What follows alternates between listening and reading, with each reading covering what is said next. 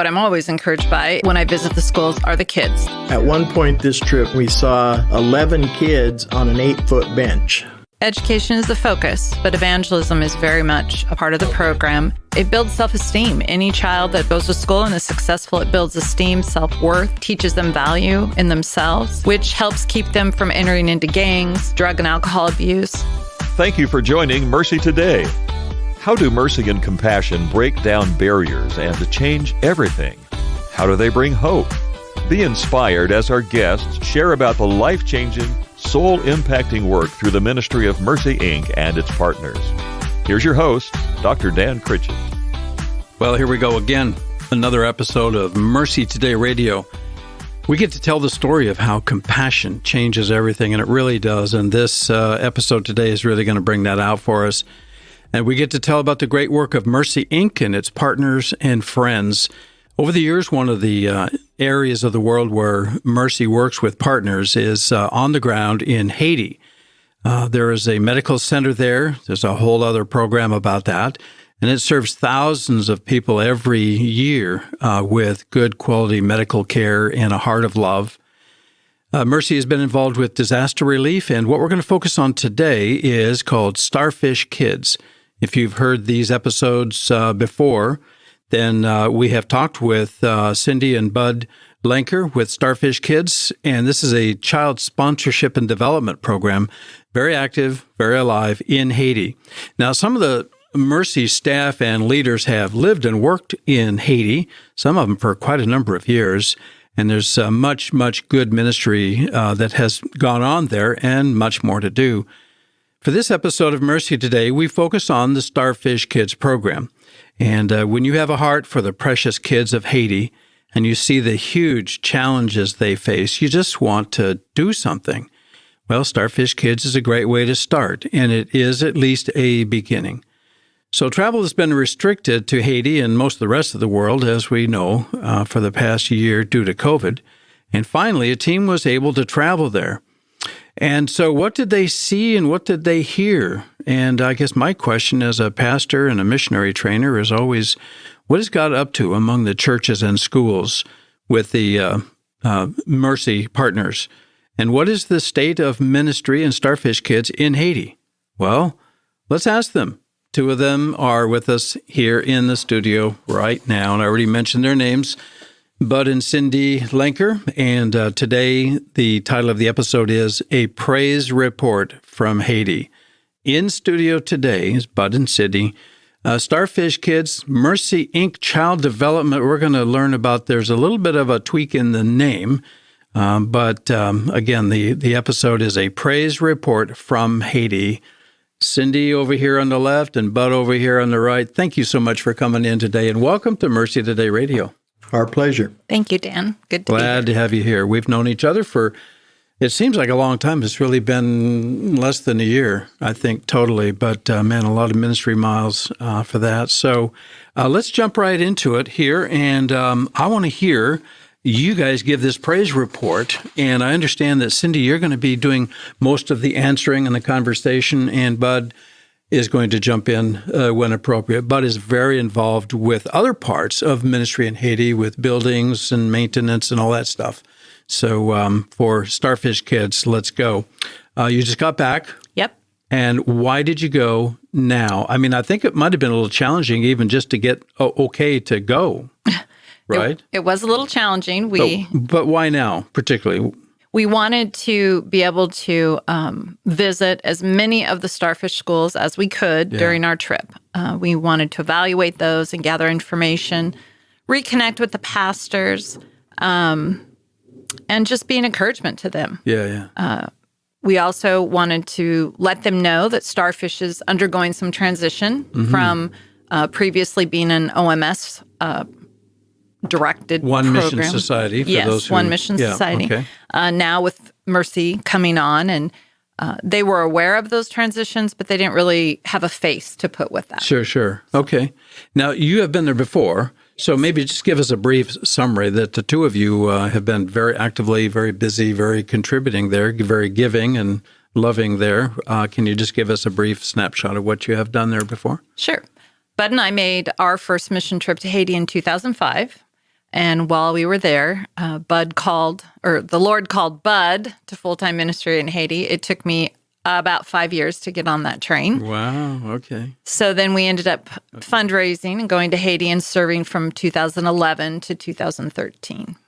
Okay. Full-time living there. Yeah. So you got kind of embroiled into the whole culture and the language and the churches and schools, and you met some of the kids. And, Absolutely. Yeah. Okay. So Starfish Kids might be new to some of our listeners, so maybe give us a little background. Help us understand the purpose and the mission of Starfish Kids. Starfish Kids provides tuition for the students to attend school. It provides the books for them in school. It also allows the school to train their teachers and pay their teachers. Okay. In addition to all of our Starfish schools, there's about 30 throughout northern Haiti, and they all are schools that are associated with an Emmaus fellowship of churches. So they're connected with the church. Every school is connected with a pastor and a church and a sponsoring community. So all of the kids in the Starfish schools are getting a Christian education. Absolutely. And I know we can get into it a lot, maybe at another time, but a $25 investment in a child's life makes a huge difference for Absolutely. them, for the kids and for the family. Okay. Yes. And so the mission, again, the mission of Starfish is to give the kids an opportunity for Christian education, to pay for their materials and tuition and teachers, Yes. income, and so forth. Okay, great. And Education is the focus. Yeah. But evangelism is very much a part of the program. Okay. Kids are required to attend church regularly. Okay. So they many times are the only one who will read in their family, or they'll go home and evangelize to their family, teach reading and writing there. So, and it gets the whole family and community involved then with the church. Mm-hmm. So we're going to get to the bracelets later, but you told me that you slipped one of these Salvation Story bracelets on 1,000 Haitian kids' wrists. So we're talking numbers. So give us some encouraging reports of what you found as you visited those schools. What I was encouraged by, what I'm always encouraged by when I visit the schools, are the kids. They're so cute and excited to see visitors and warm and welcoming. It's humbling to see the conditions of the schools because they're not great, but it's also very exciting to see what they accomplish with so few resources. In this trip, we saw a lot of classrooms in action. We visited about 18 of our schools in about a 6-day period. Oh, man. So we were on a lot of roads in Haiti. The blackboards were covered with physics, chemistry, algebra, and some of the secondary level classes we saw. Math, we saw kids doing math and spelling, and just a lot of things that I'd never seen before or had the opportunity to see. The schools are very structured, organized. Kids are well behaved and very respectful. Really? Oh, that's encouraging. That is. Very Because you could think, respectful. it could be chaos. No. With the kind of the rundown. I mean, I saw some of the photos that came back, and listeners can go to your Facebook page and see pictures and a narrative and so forth. Yeah. So. Yeah. The classrooms many times are just divided by kind of inadequate partitions. Yeah. And the kids are sitting in those classrooms, so there's noise because of the instruction going on and the repeating, and but it's very organized. And they're all sitting on a bench, right? Yes. Right next to each other, side by side, as many you can get onto a bench. Yes, squeezed on a bench. At one point this trip, Dan, we saw 11 kids on an 8-foot bench. Just to give you perspective of how crowded some of the classrooms That's are. less than a foot each. Correct. Wow. Okay. So let's go on to what did you see that gave you concern? What are the challenges that you were able to see on this trip? Well, part of the trip and the goal of the trip was to ask each of the pastors that we came in touch with, what are their challenges? And I will say that most of them don't share their challenges unless asked. So it's not like we walk in and they start telling us right away what they don't have. Yeah. They're very thankful. They were thrilled to see us and to know that somebody out there really cares. Yeah. So over the underlying theme we heard from many were the kids are hungry. It would be an extreme benefit to the children to be able to provide a feeding. daily. And we are going to get to that because that's kind of a new development we want to talk about. That's one of our goals. Mm-hmm. I want you to tell us about the effect that the Starfish program is having on the kids and the families. And we'll get to that right after the break. Don't go away.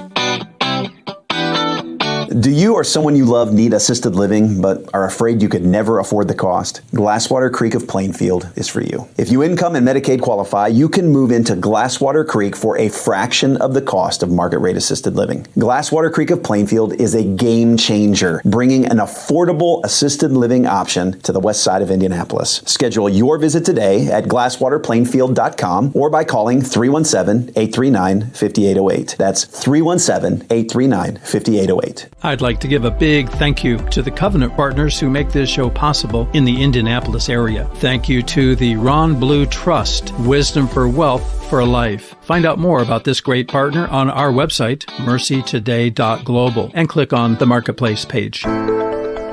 Here is Mercy Inc. Executive Director Doug Hoffman with another Mercy Minute. Mercy wants to transform communities in sustainable ways through acts of compassion and sharing the gospel. We want to work together in and around in poverty areas, disaster, disease, areas that lead to people in total despair. But God often uses circumstances like we have right now with the COVID crisis going on to bring people to an everlasting hope and healing, that they're only going to find that in Jesus. And as we work with people, Mercy wants to open the doors of hopefulness in nations with partnerships. We want to do it with like-minded groups and organizations that work together really to provide clean water, food, aid to widows, literacy, orphans, medical help, those type of things in compassion as we work with people around the world. I'm Brad Swinford with Salem Concrete Paving. It's a privilege to partner with Mercy Inc., who provides hope to people around the world by meeting critical needs and introducing people to Jesus. I know that through Mercy Inc., I'm investing in God's kingdom as they spread the love and gospel of Christ around the world. So please join me in supporting Mercy Inc. and Mercy Today Radio by praying or going to their website at MercyToday.global. Thank you.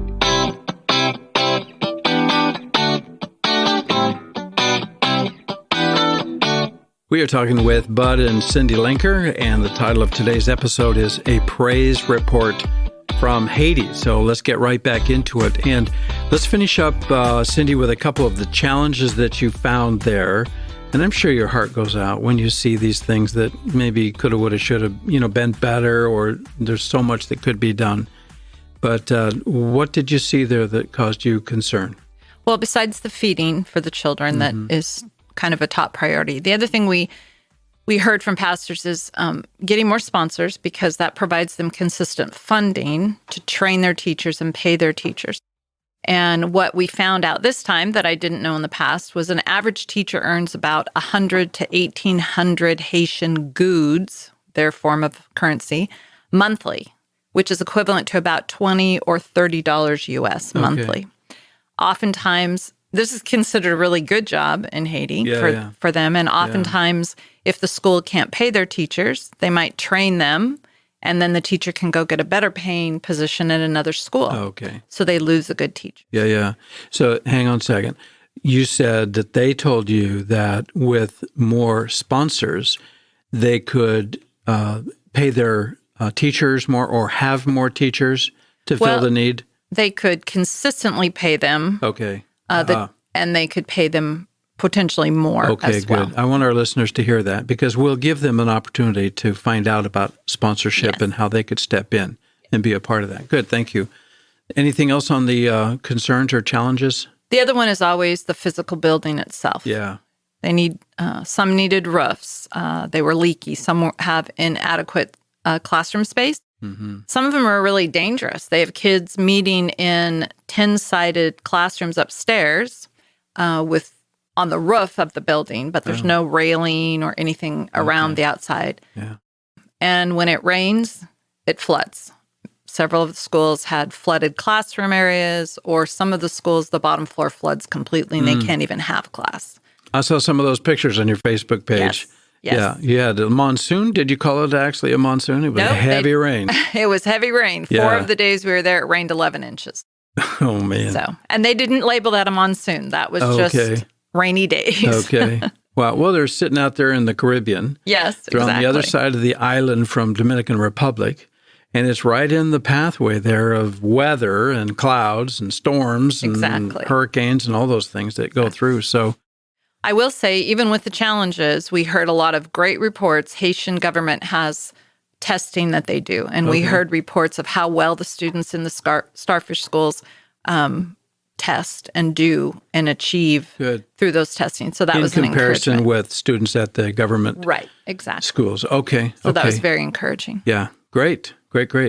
So let's get down to some personal things. I mean, there are kids and families there that are impacted, some very significantly, by the Starfish program. So tell us about those. Very seldom will you find a Haitian family that doesn't have more than one student or one child. Okay. And many of those families are made up of extended family, aunts and uncles and nieces and nephews who have been orphaned or even neighbors' children who are now living in a different home environment. And so when a student is sponsored, that provides that those monies, instead of paying for them to go to school, can help feed other people in their household, provide other things. Yeah.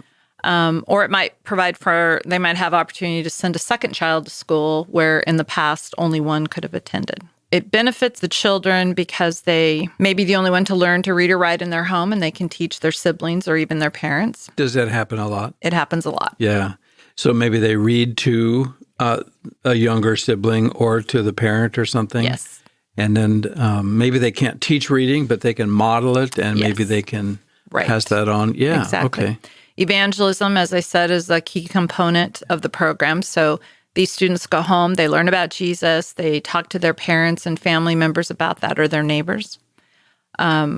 They also are learning, it builds self-esteem. Any child that goes to school and is successful, it builds esteem, self-worth, teaches them value in themselves, which helps keep them from entering into gangs, drug and alcohol abuse, sexual activity at a young age. All of the things that we might experience in the United States are available and happen in Haiti as well. Yeah. It gives them hope for a better future, and it benefits their entire family and community eventually. What I'm picking up on is when I first started right out of college, I was a school teacher, and so I'm familiar with the classroom and the family interaction and all that stuff. What I'm hearing that is in a Christian environment, a Christian school sponsored by a Christian church, there's a higher likelihood that those kids would adopt a different character, a different worldview, a different sense of themselves and their purpose in life, rather than not to say the government schools are bad. It's just that they don't convey those same kinds of things, and so that is a seed planted in those kids' lives that will bear fruit over time. Yeah, it's great. So you wanted to talk more about the feeding program. I do. Yeah. In fact, when you were on this show, gosh, it's been a number of months, you were still working full-time and hadn't taken on this director coordinator role. And now that you are stepping in and wanting to have a little bit more impact from your heart, and that is, let's feed these kids. Yes. Why? Why do you want to have a feeding program? Well, it's hard for children to learn when they're hungry. Right. It helps them be a better student. Yeah. It benefits that the monies that are going for the education and all of that, it just makes a better all-around educational experience. And the families can't always afford to feed whatever kids and family members they have. So a feeding program, tell us about how you envision that working. Well, we were very lucky. The Lord orchestrated every step of this trip, and one of the steps we didn't even see was a tour of the Medica Mamba manufacturing factory that's right there in northern Haiti.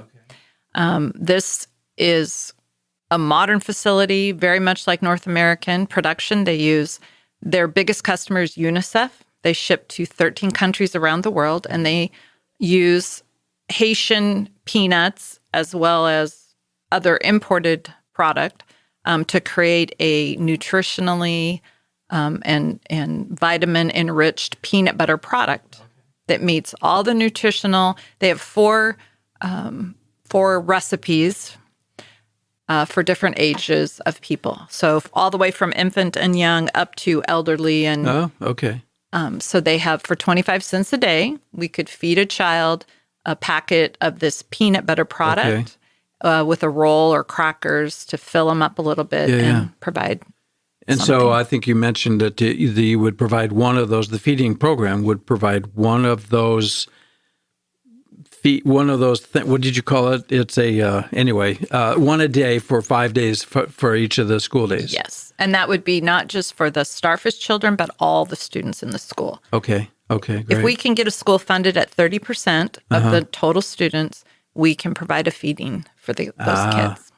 And that makes a big difference to get the nutrition that they need. Absolutely. Yeah, absolutely. that would stave off some of the medical and health issues that do kind of creep in, and then they have to go to Bethesda Medical Center, and that's a whole other show. Right, exactly. But, so anything else about I want to hear some stories. I know you have some.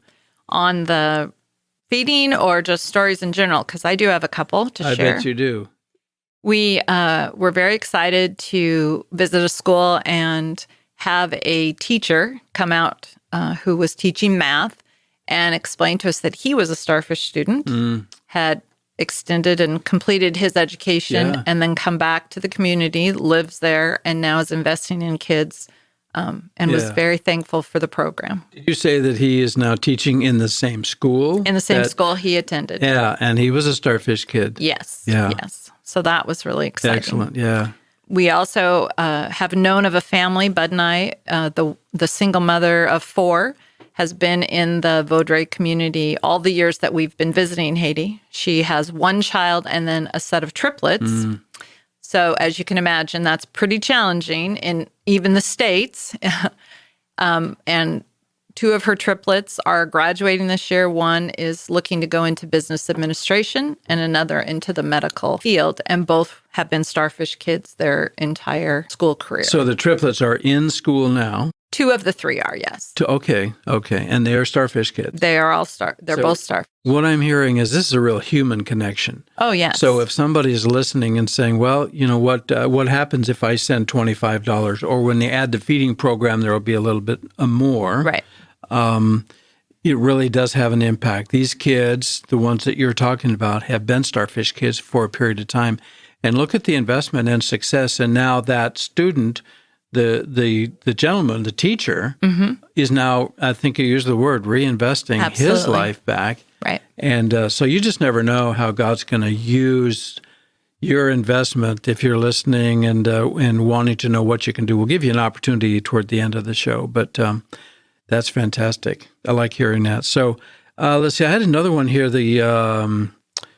A girl that was ready to graduate. Now, was that something that you wanted to? And she was a Starfish kid from the very beginning. So from her school years. We did meet a young lady who was the top of her class in her school, the school we visited, and she is preparing to graduate. And she has been a Starfish student the entire time. Wow! Wow! So one thing that you mentioned, and I wrote down, because I'm going to take it back to my church as a report, and you're going to come to my church and give a report. I'm excited to do that. Our people provided several thousand of these Salvation Story bracelets, the simple little beads. I'm wearing one right now. And so you actually put these little these bead bracelets on 1,000 Haitian kids. Yes, we did. Oh, my goodness. Yes, we did. Tell us about that. Just like North American parents, Haitian parents want to see the best for their kids and want to be able to provide better for their kids, help their kids fulfill their hopes and dreams. And while education is important, evangelism is really reaching beyond that. So Starfish teaches them about Jesus, and through these bracelets provided by your church, 5,300 of them, I might remind you, Dan. Yes. We're happy about that. We were able to provide this little visual tool for the teachers to use. So we visited the schools, we put the bracelets on, gave the story, had the teachers give the story to the children, and for some, we gave a second bracelet and called them our little Pizzi, which is small or little pastors. for them to go out and tell their friends and family. So I am so thankful for the volunteers that made the bracelets. I feel I got a huge blessing in being able to interact with the children and give those out to them. And as Bud and I return to Haiti, I'm sure, as God allows, we'll have another trip. I'm confident we'll continue to see children wearing those bracelets and that God's going to use that throughout Haiti. We're anxious to have you come and share that with us. This is Bud and Cindy Lenker, a praise report from Haiti. We're going to carry over into the afterwards after we finish the radio portion here, so stick with us. So Bud and Cindy Lenker, a praise report, talking about Starfish kids in Haiti. We'll be back with more Mercy Today right after this. This is Doug Hoffman, the Executive Director for Mercy, Inc. I want to take you back to Africa. Today I want to talk about Bridge to Reading. Bridge to Reading is a program where we teach adults how to read and write in their own language. Whether that be in Kenya, whether that be in Cote d'Ivoire, whether it be in Swahili, French, whatever language it is, we provide materials for them. We write it out on a blackboard, and we have students that come together and we write their stories on the blackboard.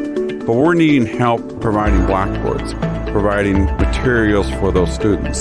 So for $25, you can sponsor 2 students through the Bridge to Reading program. For $50, you can buy a blackboard and make an eternal difference in people's lives. It'll bring dignity. It will start to change their economics as they begin to see what else they can do as they are able to read and write. Thank you.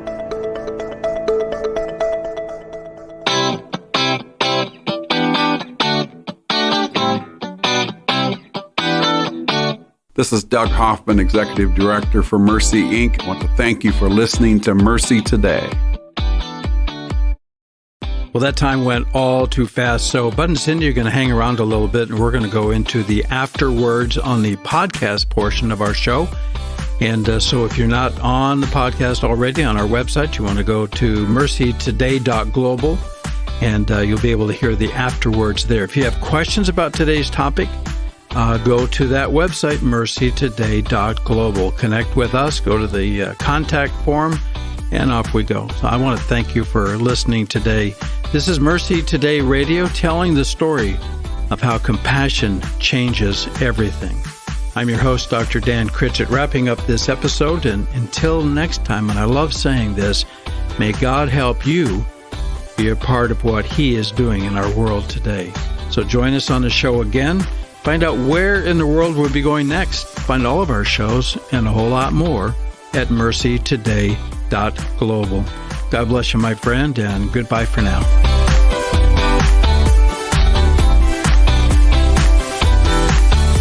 We're back, and this is the afterwards. We had the before words and the during words, and now we're into the afterwards. Bud and Cindy Lenker, a praise report from Haiti, the Starfish School Sponsorship Program, and a great, great conversation. Thank you again, both Bud and Cindy, for being here. And let's wrap it up with a few things that we kind of some loose ends and a couple of things we maybe want to mention and leave with our guests. So, Bud, you wanted to tell a story because you're the hands-on guy, you're the building guy, the construction guy, but you saw something there that was really encouraging for you. So share that story with us. Well, one of the schools that we visited, we drove to the end of the road, which was about an hour, and then hiked 45 minutes to an hour up to this. I saw that on your Facebook page, yeah. To this village. Yeah. And the school administrator had brought a cabinet maker into the schoolyard to set up his cabinet shop in the schoolyard so the kids could see the value of their education, being able to do something after. There you go, yeah. So an application. Yeah.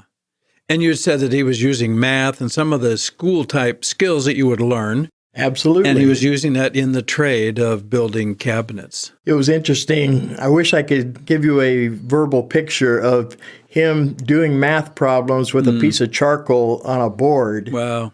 You know, because that's what he has to work with. Yeah. And he was calculating where to cut or distances or lengths or measures. Correct. And yeah.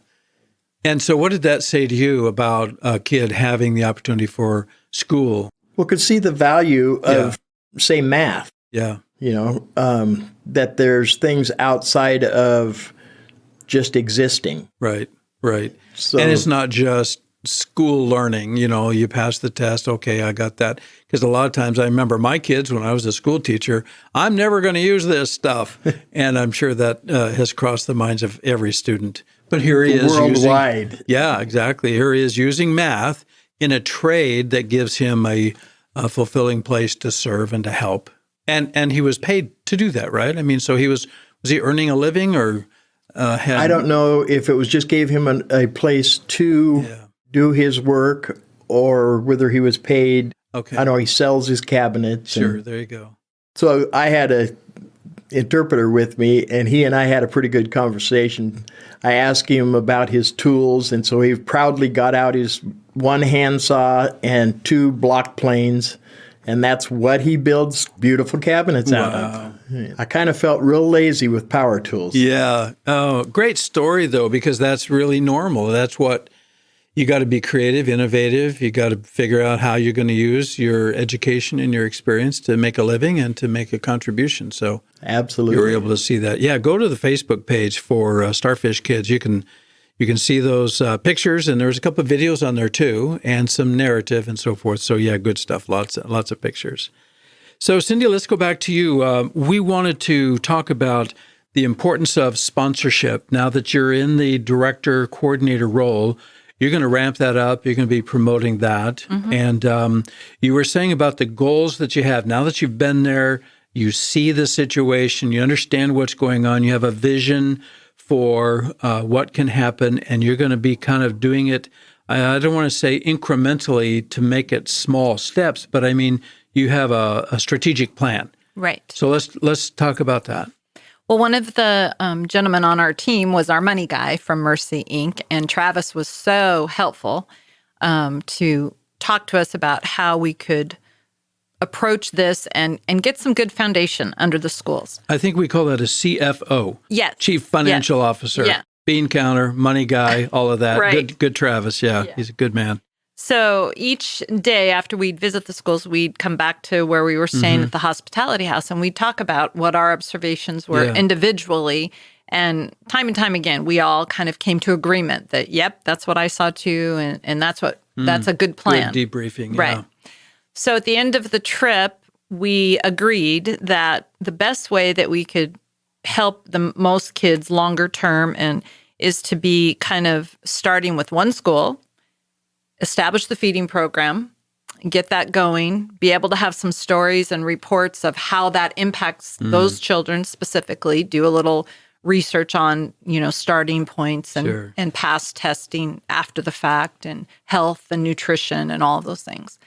And then we'd like to, Travis with his numbers figured out that if we were able to sponsor 30% of the children in the school, we could provide this peanut butter nutritional packet for 25 cents a day per student. That gives us a good foundation that provides feeding not just for the sponsored children, but for all the children in the school. In that school. Right. Yeah. And it doesn't create so much of a dependency on the sponsors that the schools can't function if we can't achieve or continue that. We don't want to be just handing out and not having a partnership. We just want to come alongside. And that's why the 30% is important. Yes. Because if you sponsor 30% of the kids, then that allows the school to function without them being dependent. Because if you funded it with sponsorships for 50% or 100%, then I get that. So what happens after you get the first school fully, quote, fully funded at 30% of the students being sponsored? What next? Then we move on to the next school. Okay. And we hopefully learn through the process. And make adjustments as needed. We are looking to develop more whole school community connections, where if we have a larger church or maybe a couple or 3 smaller churches that want to come alongside one school, one community, take on that responsibility, then God willing, there'll be more travel and teams, and maybe that expands to beyond the school and education and sponsorships to maybe providing a medical clinic or a vacation Bible school or a well in their community. For the sake of our listeners, I think you jumped the ocean.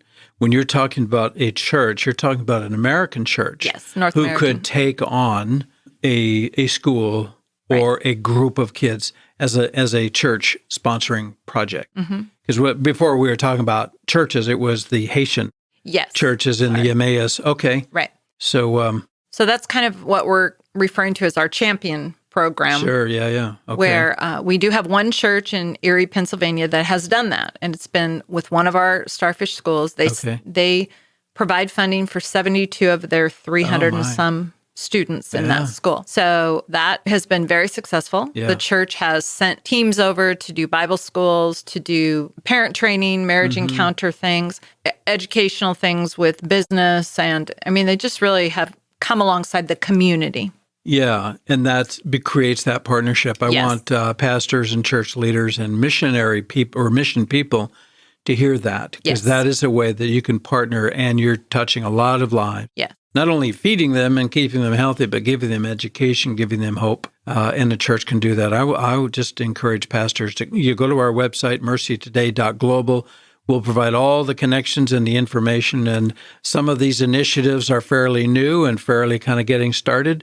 But you'll develop a model with the first school and do some tweaking and so forth. And then with various variables and factors and so forth, just get better and better at it. So this is a way for a church to get closely involved with a mission work and with a school and a church in Haiti and with the families and with the kids. I like that a lot. As a pastor, I like that because we don't want to just pass the plate and say, put in some money, for missions generically. Well, we want to hear the stories. We want to be connected with the people. Perfect. Thank you for that. I didn't say earlier, Dan, also that if we have donors that maybe don't want to sponsor a individual child, we certainly are open to and are seeking donors to just provide monies towards feeding. Yeah. The good in that is, of course, we are able to benefit more children more quickly if we have feeding donations. The kind of downside is it's hard to plan. If a donor is maybe a 1-year donor, we can do feeding for a year, but then we have to look to replace that money, going forward. The individual sponsorship allows a person to connect a little bit more with the child. I like that. And so that's just a different level of involvement. Yeah. I want to say that to rewind a little bit, we were talking about the bracelets. Yes. And at my church, we're making these things like crazy. We sent you guys, you came up to our church and we had kind of a send-off. We laid hands and asked God to go with these little messengers, these little colored beads, and you said over 5,000 of them, and already they have 3,000 more ready to go somewhere. Right. So what I wanted to say to our listeners is I would love to have you have one of these bracelets, and I'll personally take it on with my church. If you want to get one of these bracelets for yourself or get a couple of them, you can, and also we'll tell the story. You get what we call a fridge card. Yep. It has the story on it with we put a magnet on the back of it. We just put it up on the refrigerator. That's in North America where we have refrigerators. That's not the case in every place these little messengers will travel. But go to our website, MercyToday.global, and just ask for a bracelet. No cost, no obligation. We'd love to get one out to you. So our people would be thrilled at my little church to package these things up and send them wherever they go. They are a messenger like no other.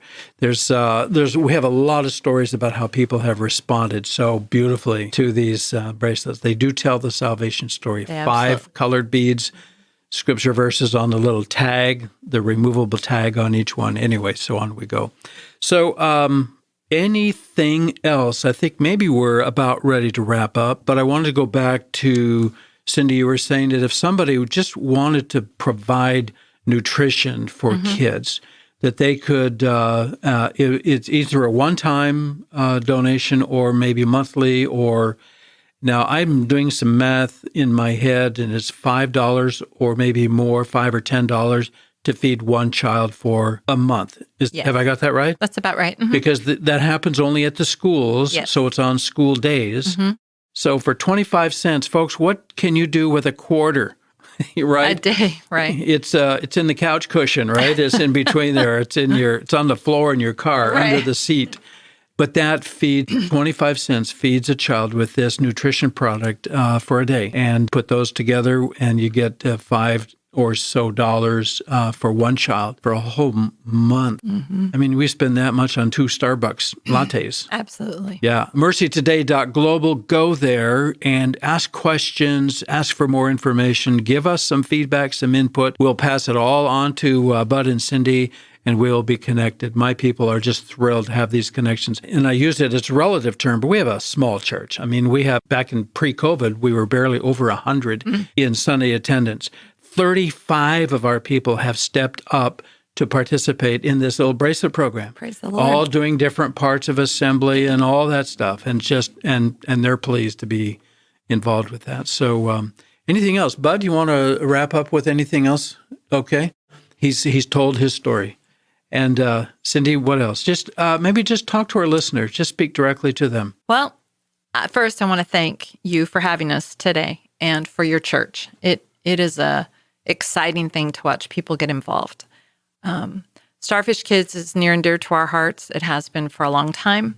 The children benefit so greatly. The blessing really is the sponsors as well, because you feel like for a rather small investment, you're just really impacting a child's life. Yeah. And to see those faces, to get the opportunity to hear backstories from family and other Haitians that we have relationships with there, it's just a remarkable thing.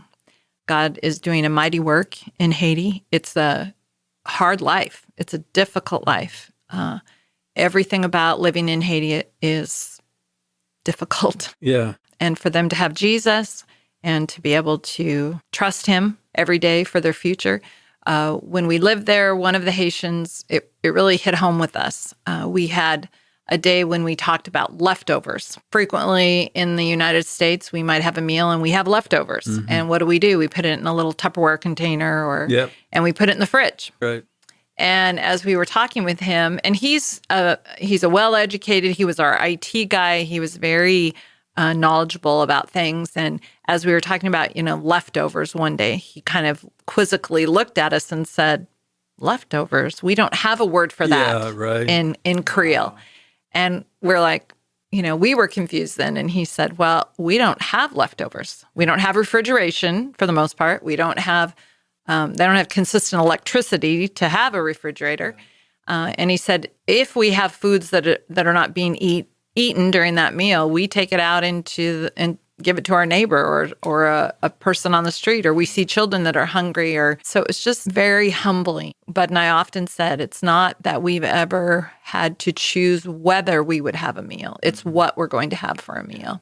And for many of these people and for these parents watching their children and having to make a choice about which one might eat today and which one may not, being able to provide just that little bit of hope and encouragement and love from a stranger across the ocean is an exciting program to be part of. Wow. One last thing, I'm going to throw you a little bit of a curveball. This wasn't part of our plan. Give me 2 or 3 words of what this whole involvement for you now, moving into it, after retiring, and now you're taking it on.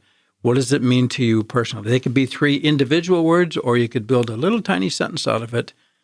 What do you think? For me, it's full circle.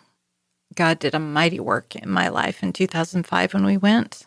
And I feel like I am able now to give back and be a part of Haiti in a way that I would have never had the experience or opportunity to do if I'd never been willing to just go. And he's been faithful, and it's rewarding. Thank you. That's more than 2 or 3 words. I'm sorry. That's right. I had to explain full circle. Exactly. Well, we'll just leave it at that, full circle. Thank you, Cindy, very much, and Bud, for coming in and spending time with us. Folks, I want you to go to MercyToday.global, ask questions, give us some feedback, let's connect, and just ask for one of those bracelets, or 2 or 3. I like the idea of giving 2 to a kid, because they'll take it home and give one to a sibling or to a friend. It's fantastic. That's it for our AfterWords. God bless you, folks. Talk to you next time.